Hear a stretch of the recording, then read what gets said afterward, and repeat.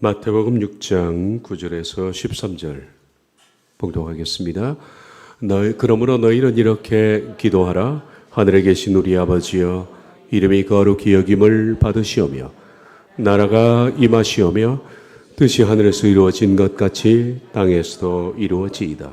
오늘 우리에게 일용할 양식을 주시옵고 우리가 우리에게 죄 지은 자를 사하여 준 것 같이 우리 죄를 사하여 주시옵고 우리를 시험에 들게 하지 마시옵고 다만 악에서 구하시옵소서. 아멘.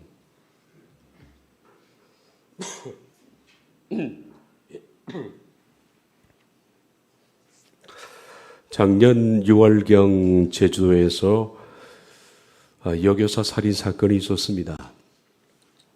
초등학교 교사였던 27살의 김지연 씨는 교회를 다니던 사람이었습니다. 당시 그녀는 심리적으로 굉장히 불안했던 일이 있었습니다. 그리고 아주 힘든 일을 겪고 있었는데 그때 그녀에게 40대의 한 남성이 접근했습니다.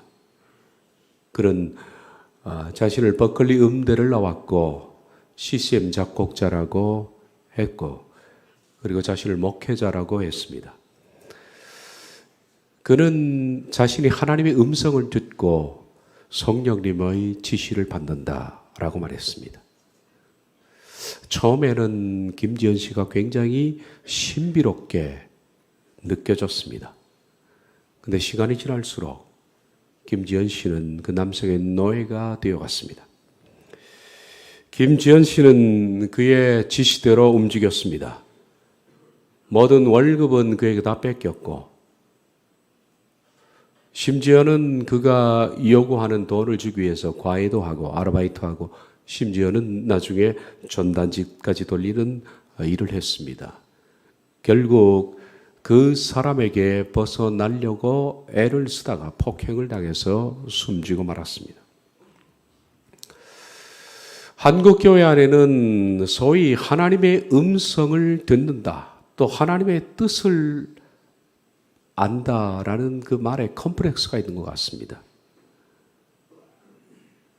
교회 안에 누군가가 자신이 하나님의 음성을 직접 들었다, 또 나는 하나님의 뜻을 들었다라고 한다면 교인들은 이상하게 그 앞에서 한없이 자신이 작아집니다. 그런 사람은 굉장히 신비롭게 여깁니다. 특히 하나님의 음성을 들었다, 하나님의 뜻을 안다라고 하는 사람들 중에 많은 부류는 목회자일 겁니다.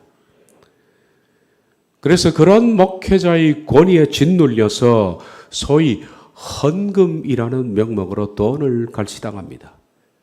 그리고 정신적으로 노예 생활을 하는 교인들이 저는 적지 않다고 생각합니다. 어떤 목사님이 전화로 한 자매에게 전화했습니다. 내 일을 도울 어떤 사람이 필요한데 내가 하나님께 기도하니 자매님이 바로 그 사람이라고 말씀해 주셨다. 그 자매는 자신은 전혀 하나님께 그런 응답을 받지를 못했는데 목사님이 그러시니, 평소에 하나님의 음성을 듣는다는 목사님이 그러시니 함께 이 일은 하지만은 여러모로 부담스럽고 찝찝하다는 얘기입니다. 평소 기도를 많이 한다고 알려진 청년부의 한 여자 청년이 어느 날 남자 청년에게 말했습니다. 내가 기도하는 중에 하나님께서 형제님을 내 남편으로 맞이하라고 응답을 주셨습니다. 청년은 그런 응답을 받은 적이 없습니다. 그리고 아무런 확신도 없었습니다. 근데 이 자매가 교회에서 그 얘기를 퍼뜨리고 다니니까 처음에는 너무 혼란스러워 하다가 나중에는 결국 신앙을 떠나버리고 말았습니다. 주변에서 하나님의 음성을 들었다, 혹은 하나님의 지시를 받았다 하는 사람들로 인해서 많이들 혼란스러워하고, 여러분들도 한 번쯤 이런 일을 겪어본 적이 있을지도 모르겠습니다. 누가 음성을 들었다, 하나님의 지시를 받았다고 하면 마치 친구가 옆에서 속삭이듯 얘기를 해준 것처럼, 마치 선생님이 그에게 지시를 해준 것처럼 그렇게 생각합니다. 그리고 그런 사람의 권위에 스스로 복종을 합니다. 그로 인해서 많은 폐단이 벌어집니다. 명백히 말하건대 그런 것들은 거의 다 지가 혼자 생각한 것입니다. 자기 생각에 떠오른 것입니다. 그리고 툭 하면 하나님의 음성을 들었다, 하나님의 뜻을 들었다 하는 사람들은 정신과적으로 문제가 많은 사람이니까 그런 사람들은 병원에 가서 진료를 받아야 합니다.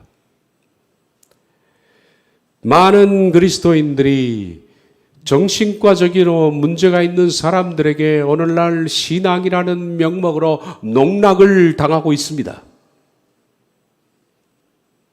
그렇게 해서 목사는 자기 권위를 세우고 자기가 원하는 것을 얻고자 할지도 모르겠습니다. 성경이 완성되기 전에 하나님께서 성경 계시의 수단으로 허락하신 것이 직접 계시입니다. 그리고 음성입니다. 성경에는 그런 기록이 있습니다. 그러나 성경이 계시로서 완성된 지금에 와서도 그런 음성이 오늘도 들려온다고 생각하는 수많은 사람들에 의해서 미혹이 되는 겁니다. 다시 한번 명백히 말합니다. 여러분들 혼란을 겪지 마십시오. 성경이 완성된 지금 이 시대에 그런 직접 계시는 없습니다. 직접 계시를 받아서 이렇다 저렇다 하는 사람들은 전부 사입이며 자기 욕망을 충족시키기 위해서 여러분들의 주머니를 노리는 사람들입니다. 하나님께서는 우리에게 뜻을 알려주기 위해서 직접 음성으로 말씀하지 않습니다. 뜻이 하늘에서 이루어진 것 같이 땅에서도 이루어지이다.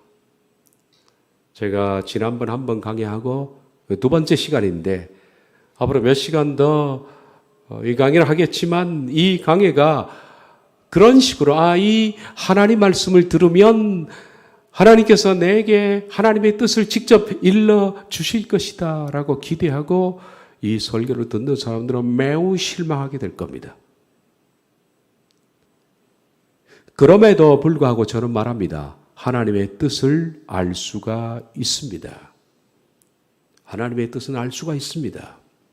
그러니 직접 음성을 통해서 하나님의 뜻을 알고자 하는 욕망을 버리십시오.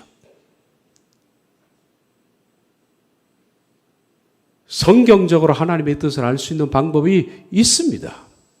제가 그걸 얘기하려고 하는 겁니다.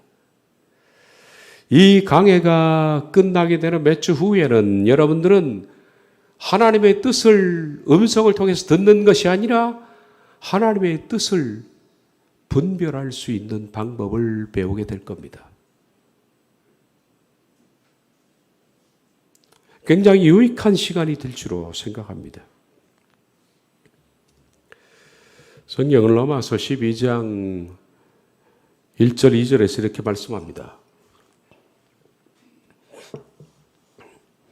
그러므로 형제들아 내가 하나님의 모든 자비하심으로 너희를 권하노니 너희 몸을 하나님이 기뻐하시는 거룩한 산제물로 드리라.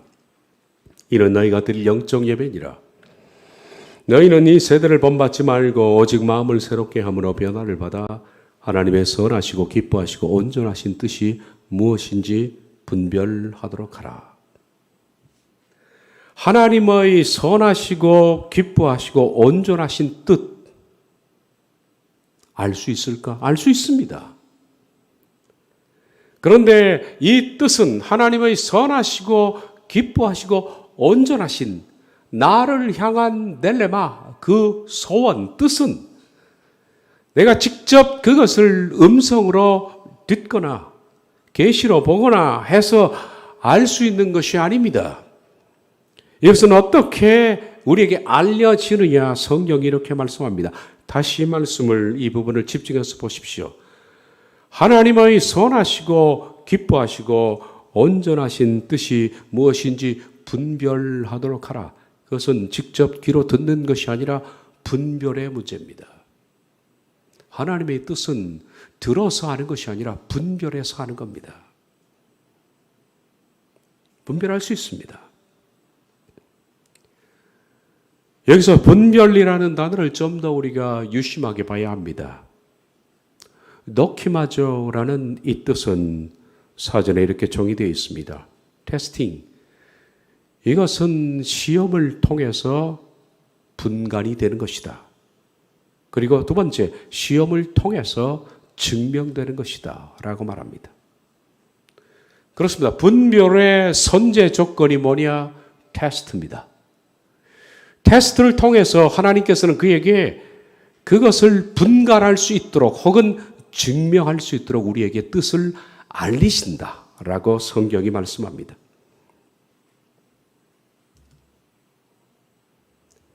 하나님의 뜻은 테스트를 통해서 알 수 있습니다.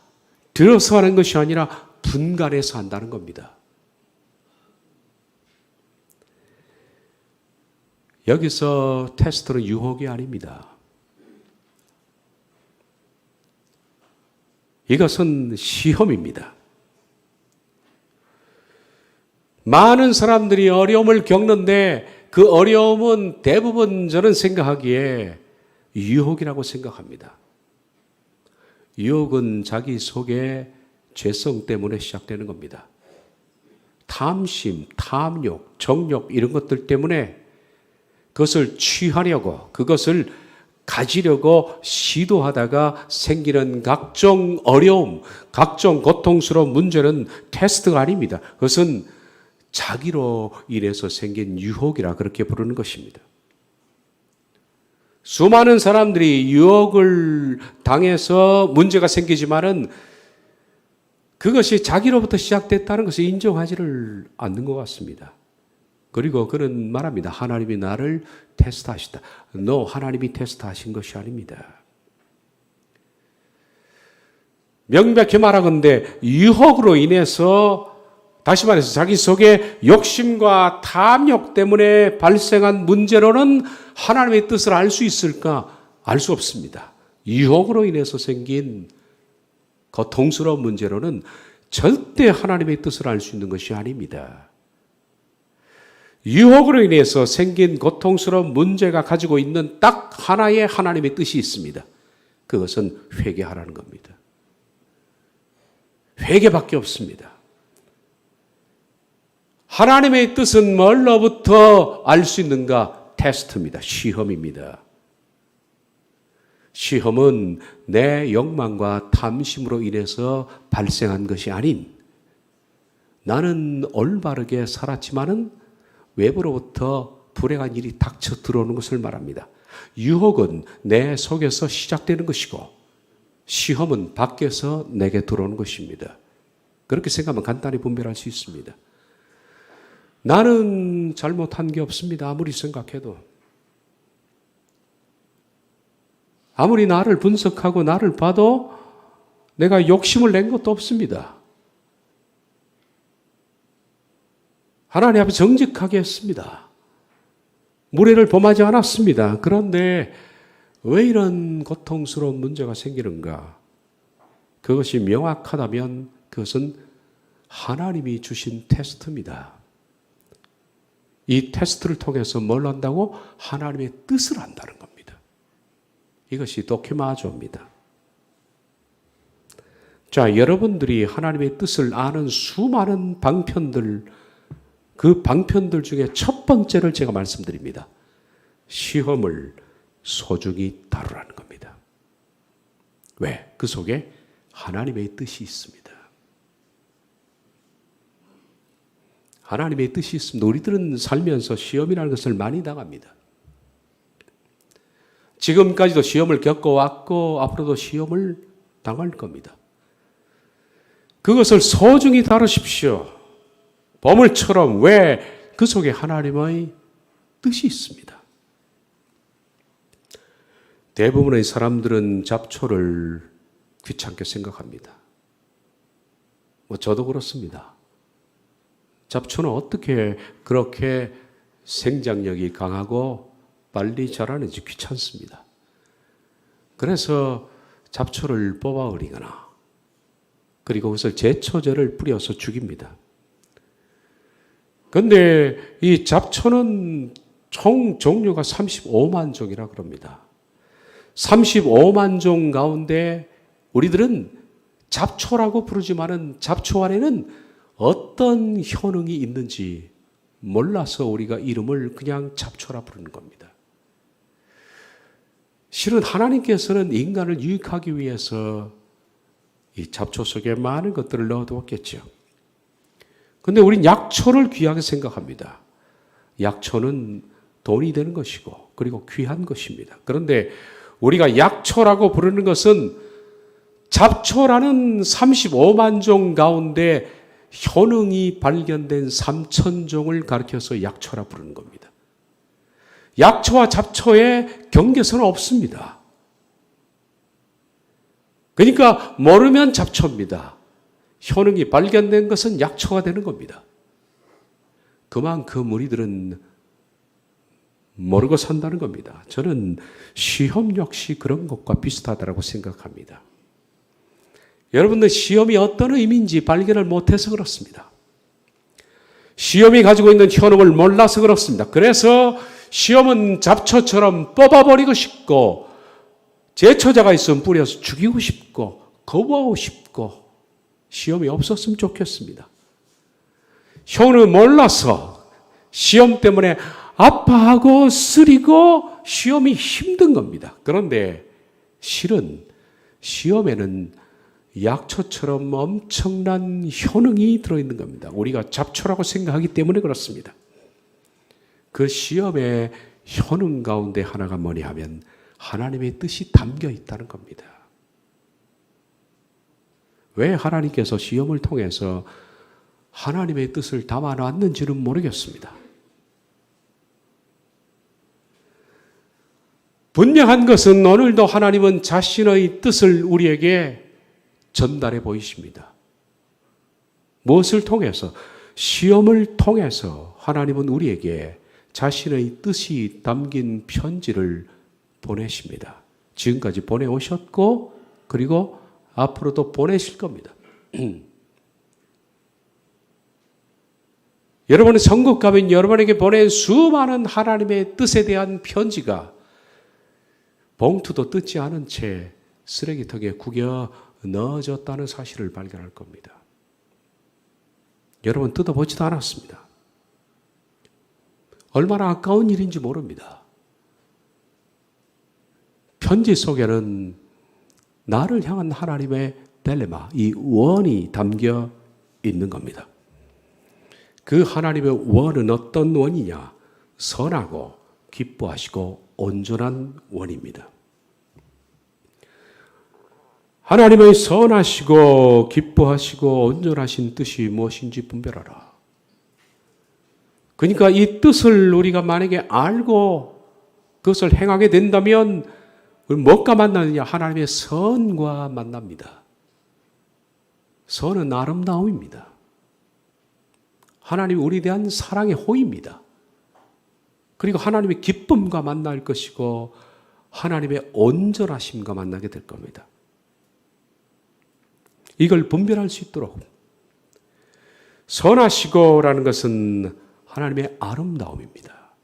그리고 호의와 사랑이 가득하다라는 겁니다. 기뻐하시고 만족하시고 받아들일 만한 그리고 온전한 완전함입니다. 하나님의 뜻은 이렇습니다. 너무 아름답습니다.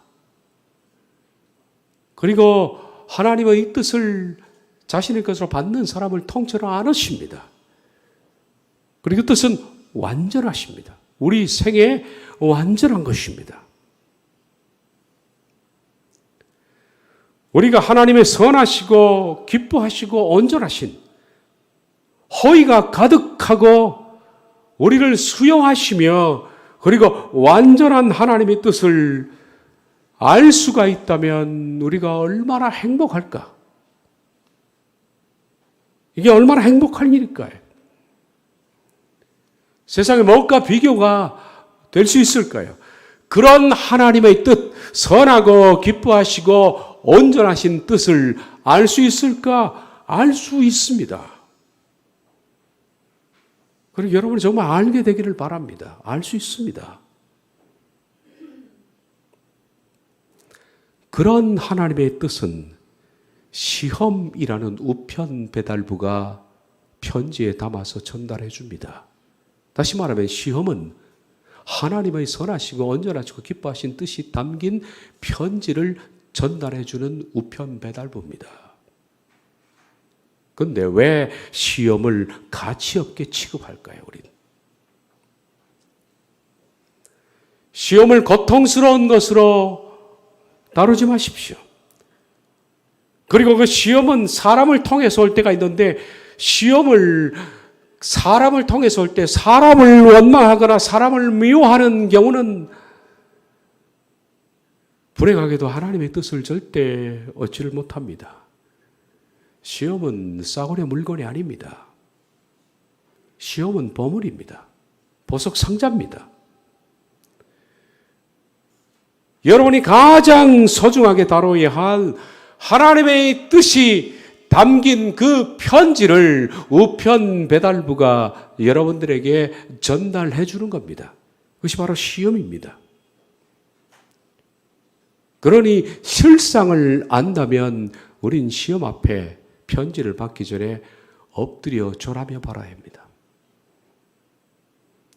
내게 닥친 이것이 유혹이 아니라 시험이라면 하나님, 이를 통해서 아버지의 선하시고 온전하신 뜻을 제가 받겠습니다. 감사합니다.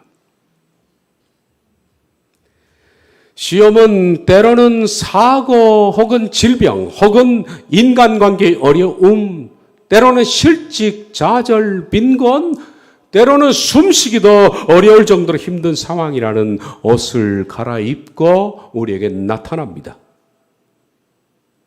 외로움, 고독, 슬픔, 아픔, 불편함, 이런 것들은 시험이 가지고 오는 감정들입니다. 쓰립니다. 아픕니다. 그래서 사람들이 아주 단순한 사람들 혹은 성경을 정말 모르는 사람들, 교회는 오래 다녔지만 하나님 말씀이 뭔지도 모르는 사람들은 시험을 마치 물리쳐야 할 원수처럼 취급하는 겁니다. 그래서 우리들은 평생 그 편지를 뜯어보지도 못한 채 그 값비싼 시험이라는 편지는 쓰레기통으로 바로 직행을 하는 겁니다. 하나님의 선하시고 온전하시고 기뻐하신 뜻이 담긴 이 편지는 여러분들의 휴가 중에 읽을 수 있는 편지가 아닙니다. 해변가 비치 파라솔 밑에 누워서 읽을 수 있는 편지가 아닙니다. 아름다운 풍경을 관람하는 유람선에서 뜯어볼 수 있는 편지가 아닙니다. 사랑하는 사람과 함께 즐겁게 지내는 유쾌한 시간 동안에 배달되는 편지도 아닙니다. 편안한 잠자리에 누워서 그냥 읽을 수 있는 편지가 아닙니다. 하나님의 선하시고 기뻐하시고 온전하신 뜻이 담긴 편지는 시험이라는 편지 배달부가 전달해 줍니다. 그 편지는 포탄이 불빛처럼 나리는 전선에서 읽을 수 있습니다. 무릎이 까질 정도로 낮은 포복으로 인생의 밑바닥을 기면서 그 편지를 읽습니다. 유람선이 아니라 전투함에서 읽을 수 있는 것이 바로 하나님의 뜻이 담긴 편지입니다. 거기서 우리들은 하나님의 선하시고 기뻐하시고 온전하신 뜻이 담긴 편지를 읽습니다.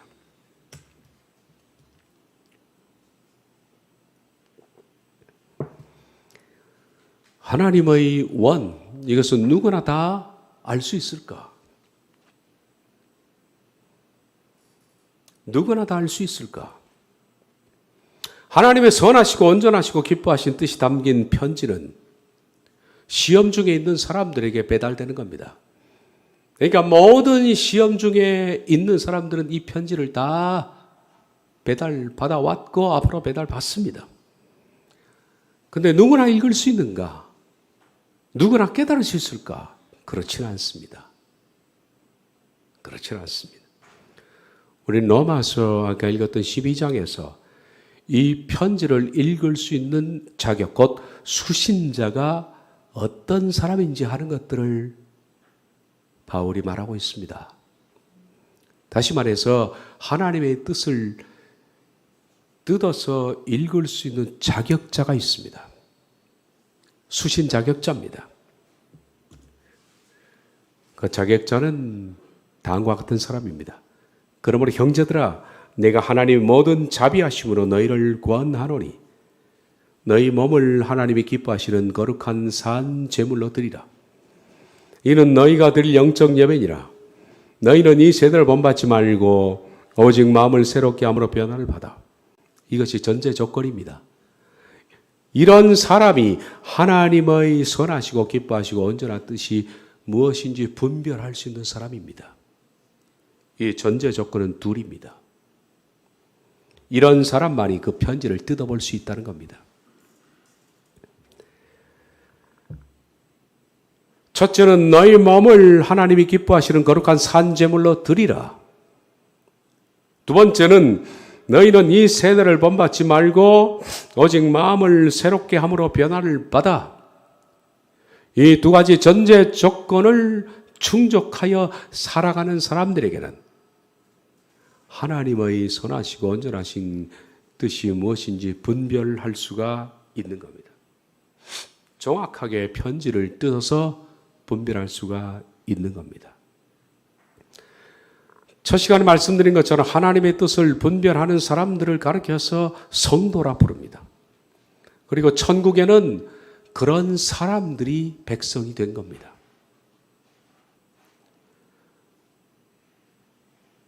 먼저 하나님의 이 전제 조건 이 둘의 삶을 사는 사람들에게는 시험이라는 것은 누구나 고통스럽죠. 누구나 배고픔, 쓰라림, 이별, 모욕, 무례함을 당하는 것, 그리고 고통스러운 일, 삶의 아픔들, 이런 것들을 좋아할 사람은 아무도 없습니다. 저도 좋아하지 않습니다. 그런데 이 속에 편지가 있기 때문에 고통스럽지만은 이 사실을 아는 사람은 시험이 고통스럽지만은 또한 기대가 되는 겁니다. 고통 가운데 가슴이 설레는 이유는 이 시험 속에 그 편지가 있기 때문입니다. 그러므로 시험은 하나님의 뜻을 전달받는 시간입니다. 이 사실을 아는 사람들은 야고보서 1장 2절의 4절처럼 이렇게 합니다. 내 형제들은 너희가 여러 가지 시험을 당하거든 온전히 기쁘게 여기라. 이는 너희로 온전하고 구비하여 조금 더 부족함이 없게 하려 함이라. 이 사실을 아는 사람들은 온전히 기뻐할 수 있는 겁니다. 온전히는 극도로라는 뜻입니다. 극도로 기뻐하는 겁니다. 시험은 아프지만은 기대가 되고, 그리고 기뻐하는 것은 그 속에 하나님의 뜻이 내게 전달되기 때문입니다.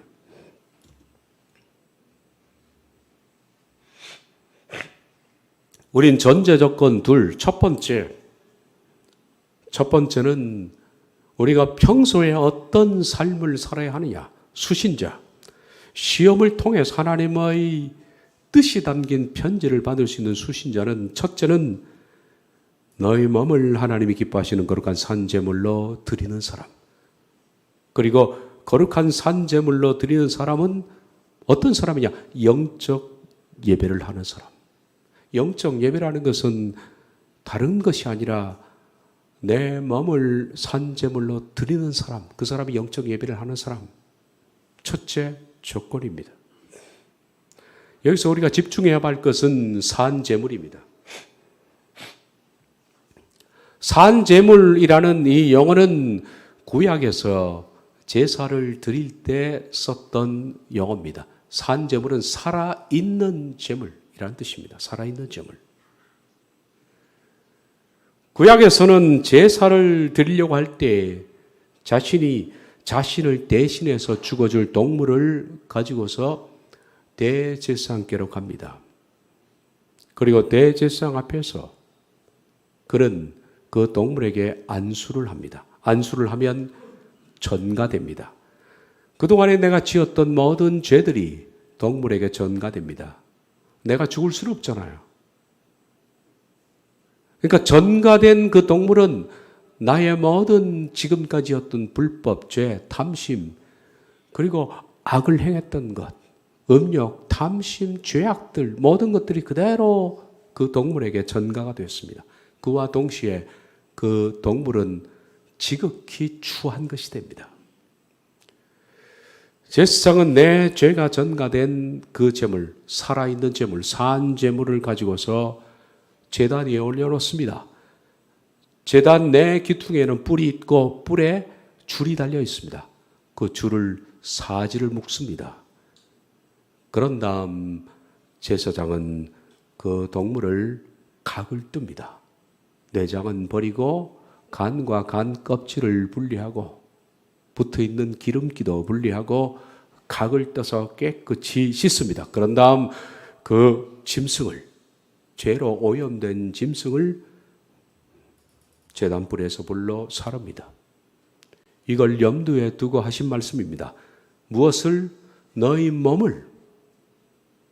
몸을 하나님이 기뻐하시는 거룩한 산제물로 드리라. 이것이 너희들의 영적 예배니라. 실제로 몸을 드린다는 것은 문자 그대로 내 몸을 드린다는 말은 아닙니다. 이것은 오히려 정신에 가까운 단어입니다. 시험을 통해서 하나님의 선하시고 기뻐하시고 온전하신 뜻이 담긴 편지를 읽을 수 있는 사람들은 평소에 자신을 산 제물로 매일같이 드리는 사람. 다시 말해서 이것은 우리가 어떤 뜻으로 이해가 됩니까? 매일 나를 쳐서 복종시켜 죽이는 사람입니다. 매일매일 자아를 쳐서 복종시키는 사람. 순간순간 내 속에 옛사람이 끌어오릅니다. 옛사람의 정욕, 옛사람의 탐욕, 분노, 혈기, 미움, 그리고 거절감, 온갖 상처들, 게다가 정욕과 탐심들, 이런 것들이 끌어오릅니다. 이것이 자기의 몸입니다. 그 순간순간마다 매일같이 자기의 자아를 하나님께 쳐서 죽이는 목적입니다. 바울이 나는 날마다 중노한 것처럼 자신을 쳐서 복종시키는 사람입니다. 이것은 어느 한순간 시간을 정해놓고 드릴 수 있는 그런 것도 아닙니다. 그 순간입니다. 욕망과 탐심과 감정과 분노와 혈기와 음욕과 무례함이 솟구칠 때마다 자신을 제단에 올려놓고 하나님 앞에서 철저히 회개하면서 나를 죽여달라고 매일같이 기도하며 비록 그것이 잘 안 되더라도 매일같이 십자가에 못 박으려고 애를 쓰는 사람들, 그 사람들이 너희 몸을 하나님이 기뻐하시는 거룩한 산제물로 드리는 사람들입니다. 이런 사람들에게 하나님께서는 사랑하는 하나님의 뜻을 보내십니다. 선하시고 기뻐하시고 온전하신 뜻을 편지로 써서 시험이라는 우편 배달부에게 붙이십니다. 그런 사람이 그 편지를 읽을 수 있는 겁니다. 그런 사람은 매일같이 죽어가는 사람입니다. 로마서 6장 10절에 11절입니다. 그가 죽으심은 그는 예수님입니다. 그가 죽으심은 죄에 대하여 단번에 죽으심이요 그가 살아계심은 하나님께 대하여 살아계심이니 이와 같이 너희도 너희 자신을 죄에 대하여 죽은 자요 그리스도 예수 안에서 하나님께 대하여는 살아있는 자로 여길지어다. 이와 같이 너희도 죄에 대해서는 죽은 자로 여기라. 죽은 자로 여기라. 여기다라는 어기즈마이는 이런 뜻이라고 그랬죠. 생각한다는 단지 생각하는 정도가 아닙니다. 그것은 decide, 결정하는 겁니다. 그리고 결론을 내리는 겁니다. 나는 죽었다라고 내 자신에게 이미 결론을 내리는 겁니다. 이게 너희 몸을 산제사로 드리는 사람의 특징이죠. 그런 사람이 영적 제사를 드리는 사람입니다. 나는 죽었다는 겁니다. 너희 몸을 하나님이 기뻐하시는 거룩한 산제물로 드리라. 이런 너희가 드릴 영적 예배니라. 나는 죽었다라고 결론을 내리는 겁니다. 그렇게 결론을 매일같이 내려가는 사람들. 이것이 너희가 드릴 영적 예배다. 영적이라는 이 단어. 영적이다. 한글 성경은 영적은 잘못 번역한 것 같습니다. 영어의 spiritual이 아닙니다. 이것은.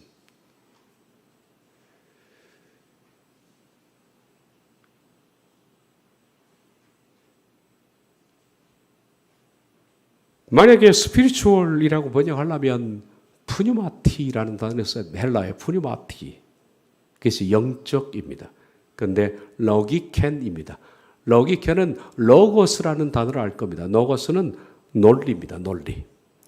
그래서 로기켄이라는 이 단어를 번역하면 가장 논리적인, 이성적인, 합리적인 이란 뜻입니다. 그래서 이것은 수정되어야 할 대표적인 번역입니다. 너희 몸을 하나님이 기뻐하시는 거룩한 산제물로 드리라.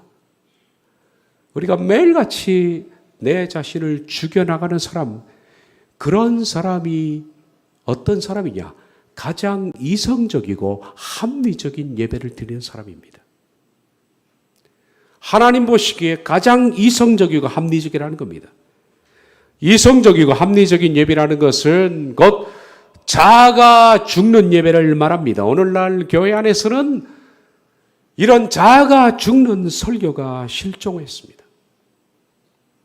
교회 안에서 행해지는 설교 가운데 우리가 죽자는 얘기는 거의 없습니다. 오히려 옛 자아를 더 꿈틀거리게끔 욕망을 부추기는 설교가 많습니다. 그래서 번영주의는 예배가 아닙니다. 질병 치유와 축복은 하나님을 기만하는 예배입니다. 그런 예배를 통해서 결코 자아는 죽을 수가 없고 포기할 수가 없습니다. 다시 말해 하나님의 뜻을 알 수가 없다는 겁니다. 그런데 우리가 이처럼 내 옛자를 매일같이 못박는 것이 영적 예배를 드리는 것인데, 합리적인 예배를 드리는 것인데, 그런 사람에게 하나님은 선물을 주십니다. 언젠간 배달될 겁니다. 여러분들 억울한 일을 당할 겁니다. 사고가 생길 수도 있고 질병이 생길 수도 있습니다. 손실이 발생할 수도 있고 어려움을 겪을 수 있습니다. 그럴 때 온전히 기뻐하십시오. 주님은 여러분의 편지를 보냈기 때문입니다. 사람을 원망하지 말고. 전제 조건 두 번째, 어떤 사람입니까? 이 세대를 본받지 않는 사람. 오직 마음을 새롭게 하기 위해서 먼저 우리가 이 세대를 본받지 않아야 합니다. 이 세대를 본받는 사람에게는 하나님의 뜻이 전달되지 않습니다. 하나님은 그런 사람에게 보석 같은 뜻을 알리지 않습니다. 이 세대는 이 세상의 공중권세를 잡은 악한 자가 통치하는 세상을 말합니다. 그러므로 이 세대가 가진 뜻은 이 세상의 가치 방식, 그리고 가치관, 기준, 그리고 이 세상의 정신, 이 세상의 즐거움의 방식, 살아가는 모든 것들을 말합니다. 이것은 다 하나님께 대해서 적대적입니다. 정복하고 이기고 취하고 즐기고 그리고 세상을 살아가는 모든 것들은 다 타락된 것입니다. 세대를 본받는다는 것은 세상의 외형, 모양, 형태를 따르고 취하는 겁니다. 세상의 풍습을 본받아서는 안 됩니다. 너무 많은 교인들이 이 세대의 방식에 순종합니다. 보고 듣고 느끼고 판단하는 것이 별로 다르지가 않습니다. 세상의 외형을 좋아하고 형태를 따라하고 세상의 풍습에 아무런 저항 없이 그렇게 삽니다. 그래서 교인들 가운데 하나님의 뜻을 분별하는 사람이 적을 수밖에 없는 겁니다. 우리는 이 세상을 본받지 말고 해야 할 것이 있습니다. 마음을 새롭게 하는 겁니다. 마음을 새롭게 한다. 이 마음이라는 누스는 이성입니다. 마음을 감정적 차원으로 생각하지 말아요. 그래서 이성적 차원입니다. 이성, 판단, 지성 이것이 누스입니다. 그러므로 너희의 이성을 새롭게 해라. 이 새롭게 한다라는 이 단어는 갱신이라고 번역하기에도 부족합니다. 새롭게 한다라는 번역보다 제가 이 단어를 다시 제가 만약에 성경을 번역한다면 이것을 혁신이라고 번역하겠습니다. 아니면 구테타라고 번역하겠습니다. 왜냐하면 아나라는 이 단어가 업셋입니다. 뒤집어 엎는 겁니다. 그리고 카이로스는 유에서 무를 창조하는 것이 아니라 무에서 무를 창조하는 겁니다. 새로워졌다. 완전 뒤집어 엎어서 새로운 것이 튀어나온 거죠. 이것이 마음을, 이성을 새롭게 하는 겁니다. 이성을 완전히 뒤집어 엎어야 합니다. 컴퓨터의 모든 것들을 다 완전히 새로 포맷하는 것처럼 업셋하는 겁니다. 혁신 혹은 혁명이라고 부를 수 있는 것입니다. 우리들은 이성을 혁명해야 됩니다. 이 세상에 순응하는 마음을 가지고서는 이 세상의 풍습과 유행을 따라가는 그런 생각을 가지고서는 그런 것들을 그리워하고 그런 것들을 따라하고 싶고 그런 것들을 못해서 마음이 상하고 그런 것들 때문에 마음이 심란해지고 쇼윈도에 진열된 물품 때문에 마음이 안타까워한다면 여러분 절대로 하나님의 뜻을 편지 배달받을 생각을 아예 접으셔야 됩니다. 사도 바울은 자기의 생각을 완전히 업셋했습니다. 어떻게? 세상의 모든 것들은 배설물이다. 배설물이다. 이 세상의 모든 것들은 배설물이다. 그의 학력, 학식, 지식, 그가 알고 있는 것, 그의 모든 재산, 모든 것들은 다 배설물이다. 나는 사랑하지 않겠다. 배설물을 사랑할 사람이 누가 있습니까? 그렇게 그런 모든 것들을 어떻게 아나카이노스, 업셋했다는 겁니다. 그것이 이성을 새롭게 하는 겁니다. 그런 사람들에게 하나님은 편지를 보내십니다. 얼마나 많은 사람들이 이런 혁신 없이 좁은 길을 가는지 모릅니다.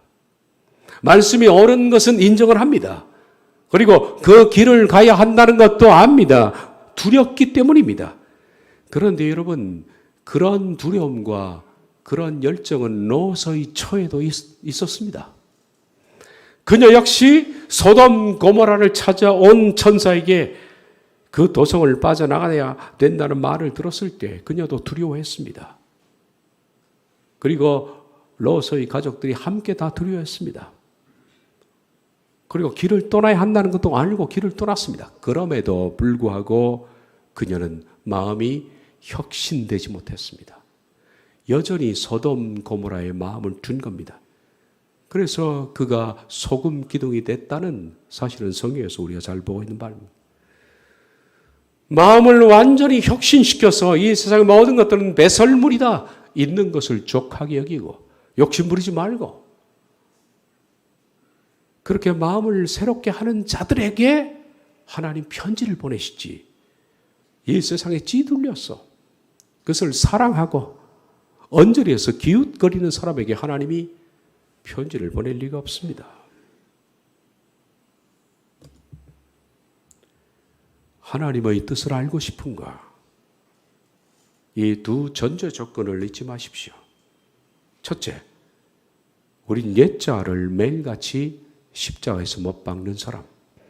두 번째, 이 세상의 가치와 목적과 방식을 본받지 말고 여러분의 이성을 완전히 혁명을 일으켜서 새롭게 하는 자, 그런 자들에게 하나님의 선하시고 기뻐하시고 온전하신 뜻이 분별됩니다. 그러므로 형제들아, 내가 하나님 모든 자비하심으로 너희를 구원하노니 너희 몸을 하나님이 기뻐하시는 거룩한 산제물로 드리라. 첫 번째, 너희는 이 세대를 본받지 말고 오직 마음을 새롭게 함으로 변화를 받아. 두 번째, 그런 사람에게 그렇게 되면 하나님의 선하시고 기뻐하시고 온전하신 뜻이 들려오는 것이 아니라 여러분의 미성과 판단 속에 명확하게 떠오른다. 아, 그렇게 사는 것이 뜻이구나. 누가 가르쳐줘서가 아닙니다. 자신의 이성이 새롭게 되기 때문에, 자신의 판단이 거룩해지기 때문에 여러분들은 하나님의 뜻이 뭔지를 분명하게 분별할 수가 있게 된다는 겁니다. 마치 태양이 떠오르듯이 선명해지는 것이 하나님의 뜻을 분별하는 겁니다. 우린 하나님의 뜻을 분별하는 이 여행을 좀 더 해야 합니다. 앞으로 몇 주간 더, 그리고 몇 주 후에는 여러분들이 하나님의 뜻을 분별할 수 있는 방법을 배우게 되리라. 저는 그렇게 기대해 봅니다. 기도하겠습니다.